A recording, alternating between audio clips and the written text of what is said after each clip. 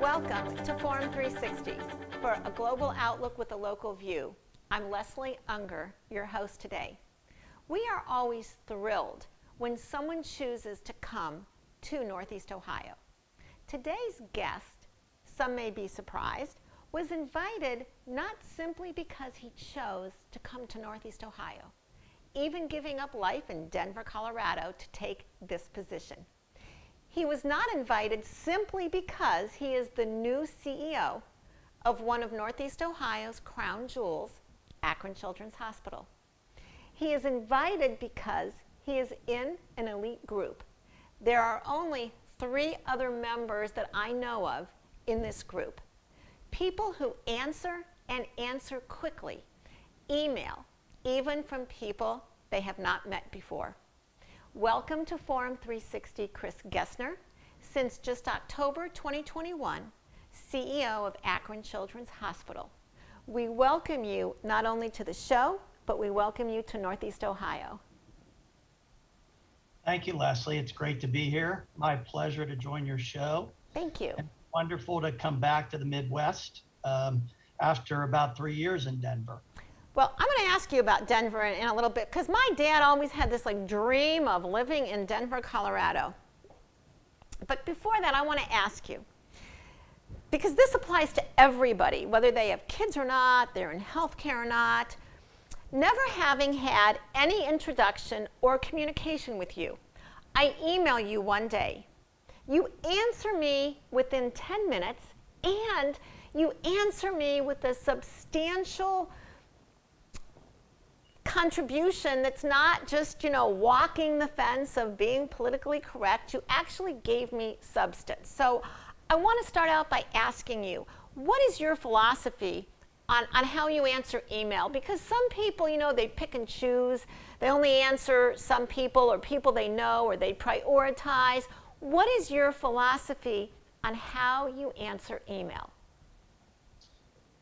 Well, I have to say I do some prioritization because I get quite a few emails. But once I decide to select and read an email, I need to act on it. So I either respond or I forward it on to my assistant or one of the people that work for me because I want action taken on that email. And how do you decide, because I'm sure you get hundreds of emails, how do you decide, is it something in a subject heading? How do you decide even what email to answer? It's definitely subject heading or someone that I may know or recognize. If I don't recognize you, I rely a lot on subject heading. Okay. Because that's what I have to go on. I do try to eventually respond to all email though. So it's just a timing question of what I prioritize because I have other tasks that I'm trying to get done during the day. Sure. But I've just learned from a time management perspective, if you're going to read something, you need to act upon it, because if you don't, a lot of times it gets put on the back burner and forgotten. One thing that probably hasn't changed, and you work at Children's Hospital, and one thing that probably hasn't changed with children is asking children, what do you want to be when you grow up? So if we go back, to a 5-year-old Chris Gessner, or 6 or 7 or 8 years old, it seems like people probably today still answer a fireman, a doctor, a teacher, or a lawyer. I don't know how many children would say, I want to be a hospital administrator when I grow up. So what did you want to be when you were little? Well, I think like many young boys, I wanted to be a football player. What position? Offense, defense? I played a little bit of both, but in college I played defense. Okay. But I think for the longest time I wanted to be a teacher and was really interested in working with younger people because I like to have an impact on someone for a long time in their life that just felt good to me. My grandparents were teachers, and it just seemed like they had so many people that reached back to them and told them what impact they had on their life. So that seemed very rewarding to me. So I think when I was probably 5 through 15, I was going to be a teacher.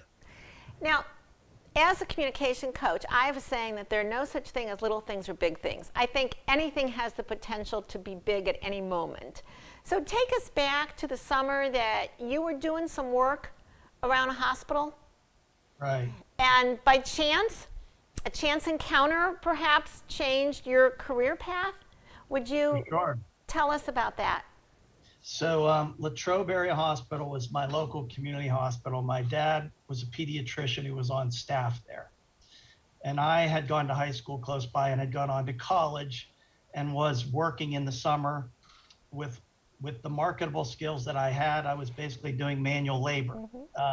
So I was digging a ditch or planting a tree right outside the main entrance. And this guy in a suit walked by and asked me if I wanted to come in for lunch. He had recognized me from my high school football days and wondered what I was doing at the hospital. So we sat down and got to talking, and he had a lot of small talk about football and how college was going.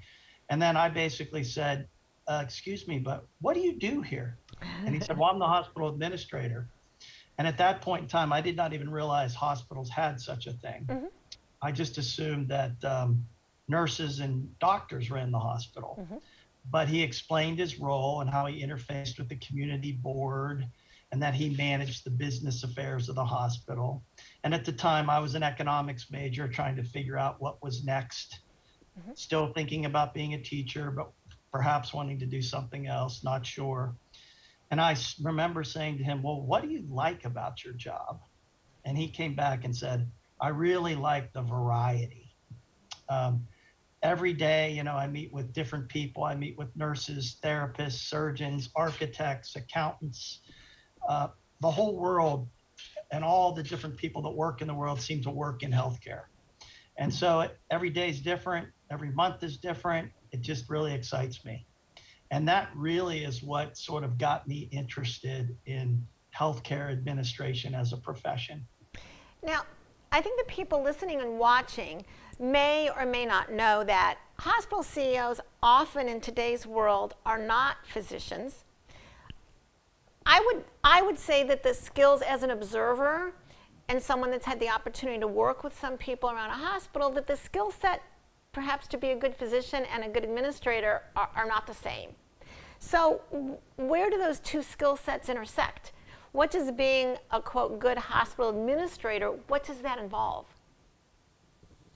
Well, I think the first thing it involves is being a really good listener. And I think good physicians are good listeners. When you go to medical school, I have a brother and a father who are physicians, primary care physicians. So that gene passed over you? Slightly, yeah, but I stayed in the field, so to yes. speak. It makes for interesting dinner time conversations around Thanksgiving. But, imagine. I think listening skills are really important for physicians because it all starts with a history. And many people will tell you that that's the first step to an accurate diagnosis is taking a good history. And I find that in my role, I'm listening to a lot of diverse perspectives. There's a lot of different experts that work at the hospital, which contributes to that variety we were talking about. But it also makes it challenging sometimes to get everybody aligned and on the same page. So starting with a good understanding of everyone's perspective and then having the patient as the primary focus and making sure we put patients and families first is really what great CEOs do. I do think in hospital administration, it's helpful for CEOs to have an understanding about how all the clinical components work together to create a system of care. And that takes time to learn. You need to be in the industry. You don't necessarily need to be a clinician, but you need to know how the various clinical professions work together to deliver great care. Would you say that you had a head start? I grew up in a family, my parents had their own business. So I think I understand entrepreneurship a little differently having grown up in it. Would you say having grown up with a father who was a pediatrician, did you have a little head start in understanding, or was that not a help to grow up in that household? I think it was a big help. Yeah, it sounds like it. And my father did a lot of teaching and training of younger physicians who I also got to know when I was growing up. So I really think it was a a huge boost for me to help me be prepared to do a good job when I got into a administrative role in healthcare. Now, I found a kind of interesting statistic. Among the top 50 hospitals, 54% of the CEOs were physicians. And among the bottom 50 hospitals, 74% of the CEOs were physicians. Help us understand what makes a good CEO. How do we, the general public, evaluate the CEO of a hospital? Yeah, I think it's probably tough for the general public. As a CEO, I like to stay behind the scenes and sort of lead with the physicians and caregivers. I think people can appreciate a good CEO when they have good experience at the hospital where they go, because leadership is important. A lot of times it's behind the scenes. So I think the feeling, the quality of service, the customer service, the culture is a reflection of the CEO. In terms of their credentials, you know, they can make their way up through the ranks through different paths. It's not one size fits all, but there's really two buckets that I think of. There's sort of managing the team and being able to ask the appropriate questions to your leadership team, delegate effectively, motivate them, make sure they're feeling challenged. You know, one of the things that I focus on that I've learned over the years is people's strengths. You know, sometimes people talk about weaknesses and strengths. I tend to focus on strengths because everybody has weaknesses. And then I look at the job that needs to be done. And if those strengths line up with that job, I know I have a winner. So that's the people part and the team management piece. Then there's sort of the technical expertise, right? The knowledge of IT, the knowledge of finance, the knowledge of human resources, the knowledge of operations, process improvement. And each one of those are disciplines that you have to have knowledge in. And sometimes people are deeper than others. But the key thing for the CEO is to understand how all of those disciplines interface and link and synergize. And that's what really separates, I think, really effective CEOs from CEOs that are just okay. I often think your biggest challenge is how to use people to their best and highest use, and how to find those fits when they're fit, and that's really just a huge daily challenge. Agree. Yeah. I think matching strengths with opportunities is one of the most important jobs of the CEO. You said that as a kind of an outside candidate, that it was both a benefit and not to be an outsider, which I assume means to not have been at Akron Children's. Can you explain further? Sure. I think the benefit of coming from within inside is that you know the people and you know their strengths. So in healthcare, most of the success and execution of plans is through people, like many businesses. So you have a bit of a leg up if you know the people, not just the people that report to you, but also the people that work for them and for them and so forth. So in terms of understanding project teams and who's best to lead those, or driving change and who's best to do that, you have a good sense if you come from within the organization. And that's a bit of a learning curve if you're coming from outside. Is it ever an advantage to not have those preconceived ideas about people? Well, that's what I meant by it's good, and it's benefit and not. The drawback is you might have some blind spots, or you don't have fresh eyes. You know, when you come in, if you have fresh eyes, you take a new look at old problems and you may come up with a new solution. So you have that as the benefit. That's why I said sometimes it's a benefit and sometimes not so much. Now, you said that you missed being administrator of a children's hospital. So tell us, since you're not, I assume, daily, examining children, how is it different being CEO of a children's hospital than an adult-only hospital? Well, I would say what I missed about it was the tremendous community support for children's hospitals. So I was at Children's Hospital of Pittsburgh for 19 years and CEO but for not my a Steeler fan, right? I have to admit, I'm a big Steeler fan. Okay, okay, Yeah. as long as you admit it, okay. Yeah. So I missed the community support. That children's hospitals have tremendous connectivity to schools and communities, and that's something that I missed when I was in the adult world in Denver. But in terms of actually running the hospital, I think some of the skills are interchangeable. Children's hospitals tend to have a lot more interface with parents. That's a big part of our world. So is the Medicaid program in every state. So Medicaid is for lower income families. And typically at a children's hospital, maybe 50% of your activity is with children that have Medicaid. So that requires a lot of interface with state officials because Medicaid programs are administered at the state level. So technically, those are different. The other thing children's hospitals tend to be are teaching hospitals. So And it they're goes back to your love of teaching. doctors, right? So I think not all adult hospitals are teaching hospitals, academic medical centers are, but most children's hospitals have a teaching element to them. But I do think, that the skills are fairly transferable, but the enjoyment comes from tremendous community support. And Akron Children's is the perfect example. It is. I mean, its name is Akron Children's, but as you know, it supports communities all over Ohio, Yes. Canton, Youngstown, Lorain, Amherst, Medina, Hudson. It's a long list, and we're welcomed in all those communities. And that's just a great feeling when you're part of a team or an organization such as Akron Children's. Today we are talking with the new CEO of Akron Children's Hospital, a jewel in Northeast Ohio, Chris Gessner. I kind of learned by accident that the road to becoming at least a pediatric surgeon is a longer road than becoming a surgeon like for adults. And I've met a couple, and I have found that they seem to have a different personality and temperament than what we think of as, surgeons that operate on adults.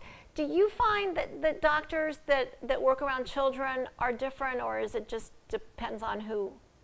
It's an individual thing. Well, that's a tough question. I think generally they might have more patience, I would say. My youngest brother is an internist and my dad's a pediatrician. And I can remember my youngest brother saying, "I'm not going into pediatrics. I need my patients to be more compliant." And so I think pediatricians may have a temperament or appreciation that they have to have the family involved, and it may take a little longer, and there's other social factors that come into play.